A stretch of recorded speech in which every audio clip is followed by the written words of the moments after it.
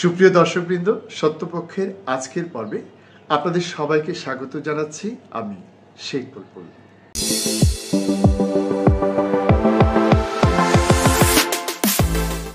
প্রিয় দর্শক, আসুন শুরুতেই আমরা একটি ভিডিও দেখে আসি। তার মধ্যে আরো প্রশ্ন উদিত হয়েছে, যেমন অপু ধরা পড়েছে, অপুর একটা ভিডিও এসেছে, বলা হচ্ছে যেটা চরিত্র হননের চেষ্টা। অপুর স্ত্রীর সঙ্গে কি অপুর যোগাযোগ হয়েছে? অপুকে গিয়ে সবকিছু স্ত্রীকে বলে? অপুর স্ত্রী জানলো কিভাবে যে অপুকে জোর করে ধরে নিয়ে গিয়ে বক্তৃতা দেওয়ানো হচ্ছে কিংবা ভিডিও করা হচ্ছে? অপুকে ওইখান থেকে স্ত্রীকে ফোন করে জানাতে পেরেছে? এত নিশ্চিতভাবে অপুর স্ত্রী বলতে পারে কিভাবে?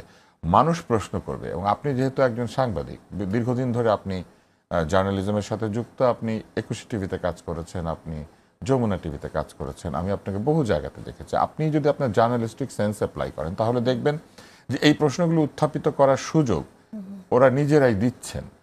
প্রিয় দর্শক, আপনারা দেখলেন আব্দুল নূর তুষার অপুর স্ত্রী সম্পর্কে কি ধরনের মিথ্যাচার করেছেন। তিনি বিষয়টি না জেনেই আন্দাজে ঢিল ছুড়ে দিয়েছেন। তার মতো একজন দেশবরেণ্য বিতার্কিকের কাছ থেকে এ ধরনের আচরণ মোটেই প্রত্যাশিত নয়। কেন নয় তা বোঝার জন্য প্রিয় দর্শক, আসুন এবার আমরা অপুর স্ত্রীর এই সংক্রান্ত বক্তব্যটুকু শুনে আসি। ওকে দিয়ে কে দফায় দফায় এরকম ভাবে একটু একটু করে ভিডিও রেকর্ড করছে। ভিডিও রেকর্ডে কিন্তু বোঝাই যাচ্ছে সামনে একজন বসে আছে। লাস্টের বা মাঝে 14-15 মিনিটের পরে, 35 মিনিটের ভিডিওটার কথা বলছি, 14-15 মিনিটের পরে বা লাস্টের দিকে দেখবেন অপুকে কেউ প্রশ্ন করতেছে। আমার আসলে এর বেশি কিছু বলার নাই, কারণ আমাকে অপু যা তথ্য দিছে আমি সেগুলোই আপনাদের সামনে বললাম। অপুর সাথে 8 তারিখে আমার দেখা হয়েছিল জেলখানায়, কাশিমপুর কারাগারে। তখন আমাকে অপু এই তথ্যগুলো দেয় যে আমাকে এরকম উঠাই নিয়ে যায় একটা বড়সড় ভিডিও বানানো হয়েছে, এটা যে কোনো সময় বের করতে পারে। যদি বের করে, তোমার যদি সম্ভব হয় তাহলে আমাকে নিয়ে কিছু একটা বইলো বা কাউকে খোঁজার চেষ্টা করো। প্রিয় দর্শক, আমরা জানি বিতর্কে যে যুক্তি উপস্থাপন করা হয় সেই যুক্তিটি উপস্থাপন করা হয় তথ্যের উপর ভিত্তি করে। তিনি এই ক্ষেত্রে যে প্রসঙ্গটির অবতারণা করেছেন এবং যে ধরনের যুক্তি দেখিয়েছেন, তার মূলে যে তথ্যটি ছিল সেই তথ্যটি তো ছিল মিথ্যা। সেই মিথ্যা তথ্যের উপর ভিত্তি করে তিনি যে যুক্তি দেখান না কেন, সেটি সত্য হওয়ার কোনো কারণ থাকতে পারে না। প্রিয় দর্শক, আপনারা নিশ্চয়ই স্বীকার করবেন এই আব্দুল নূর তুষারের প্রতি দেশের সর্বস্তরের মানুষের এক ধরনের সহানুভূতি ছিল। অনেকেই তাকে খুব ভালোবাসত, পছন্দ করত। আমিও তার ব্যতিক্রম নই। একসময় বিটিভিতে সম্প্রচারিত তার শুভেচ্ছা ম্যাগাজিন অনুষ্ঠান দেখে আমি চমকে উঠেছিলাম। সেই থেকে আমি তার ভক্ত। আমি তার আরো বেশি ভক্ত হয়ে উঠেছি যখন হঠাৎ করে তার সেই শুভেচ্ছা অনুষ্ঠানটি বিটিভি থেকে বন্ধ করে দেওয়া হয়। আমি যদি ভুল বুঝে না থাকি, আধুনিক বাংলাদেশে অর্থাৎ 75 পরবর্তী বাংলাদেশে বাক স্বাধীনতা হরণের প্রথম শিকার হচ্ছেন এই আব্দুল নূর তুষার। তিনি এখন স্বীকার করবেন কিনা, কিন্তু বিটিভিতে তার সেই অনুষ্ঠানটি যে পরিস্থিতিতে তাকে বন্ধ করতে দেওয়া হয়েছিল, সেটি ছিল বাক স্বাধীনতার উপর তৎকালীন সরকারের একটি নগ্ন হস্তক্ষেপ।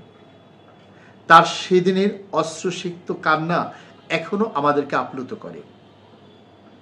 সেই আব্দুল নূর তুষার, যিনি সর্বমহলের ভালোবাসার পাত্র ছিলেন, তিনি হঠাৎ করে কেন জানি একটু অন্যরকম হয়ে উঠেছেন। বিশেষ করে বিএনপি আয়োজিত তারুণ্যের সভা থেকেই তিনি যে ধরনের কথা বলছেন, সেই কথাগুলো অনেকটাই হচ্ছে যুক্তিহীন কথা। তিনি বিতর্কের মানুষ, তিনি যুক্তির মানুষ। তিনি যদি যুক্তিহীন কথা বলেন, তাহলে সেটি তার যারা ভক্ত তাদেরকে মানসিকভাবে আহত করে। বলতে দ্বিধা নেই, আমিও কিন্তু তার এ ধরনের আচরণে মানসিকভাবে আহত হয়েছি। এ পর্যন্ত তার অনেক অযৌক্তিক কথা শুনেছি, তার অনেক উদ্দেশ্যমূলক কথা শুনেছি, কিন্তু কখনোই তার সেসব কথার জবাব দিতে হবে আমি সেটা ভাবিনি।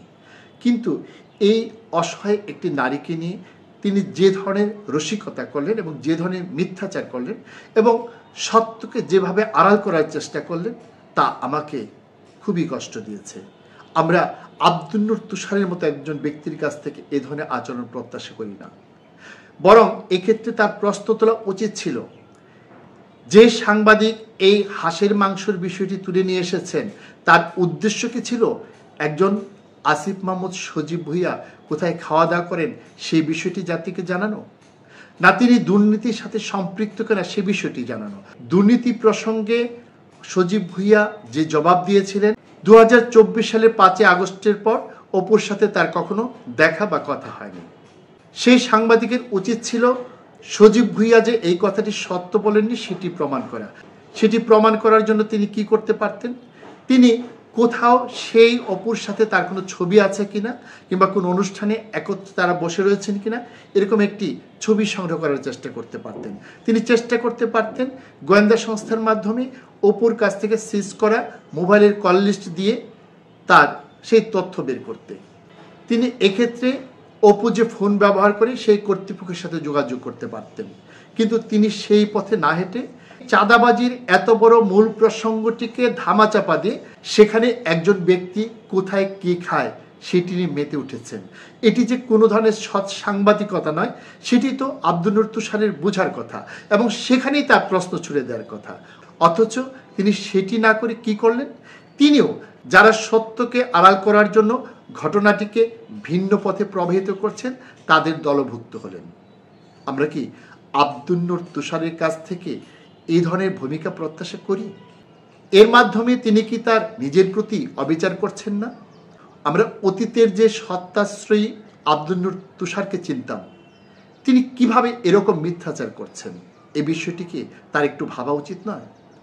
কি কারণে তিনি এমনটি করছেন? সংসদ সদস্য হওয়ার জন্য? এই জন্যই তিনি এই ভূমিকায় অবতীর্ণ হয়েছেন। তিনি কি বুঝতে পারেন না একজন সংসদ সদস্যের চেয়েও কিন্তু আব্দুল নূর তুষারের গুরুত্ব এদেশে অনেক বেশি। এদেশ আব্দুল নূর তুষারকে যেভাবে মূল্যায়ন করত তা 10 জন এমপির চেয়েও কিন্তু কোনো অংশে কম ছিল না। এমনকি অনেক মন্ত্রীর নাম আমরা জানি না, তার কি কাজ তা আমরা জানি না, তার প্রতি এই জাতির তেমন কোনো শ্রদ্ধাবোধ বা ভালোবাসা নেই। অথচ আব্দুল নূর তুষারের প্রতি কিন্তু সেটি ছিল। আব্দুল নূর তুষার কিসের মোহে, কিসের লোভে তার সারা জীবনের অর্জিত এই ভাবমূর্তিকে এভাবে দূরে সরিয়ে দিচ্ছেন, নিজে এভাবে নিন্দার বিষ পেয়ালা মুখে নিচ্ছেন? আমরা জানি না। এর জবাব হয়তো তিনিই দিতে পারবেন। সুপ্রিয় দর্শক, আজকের মতো আমরা এখানেই শেষ করছি। আপনারা সবাই ভালো থাকবেন, সুস্থ থাকবেন। আল্লাহ হাফেজ।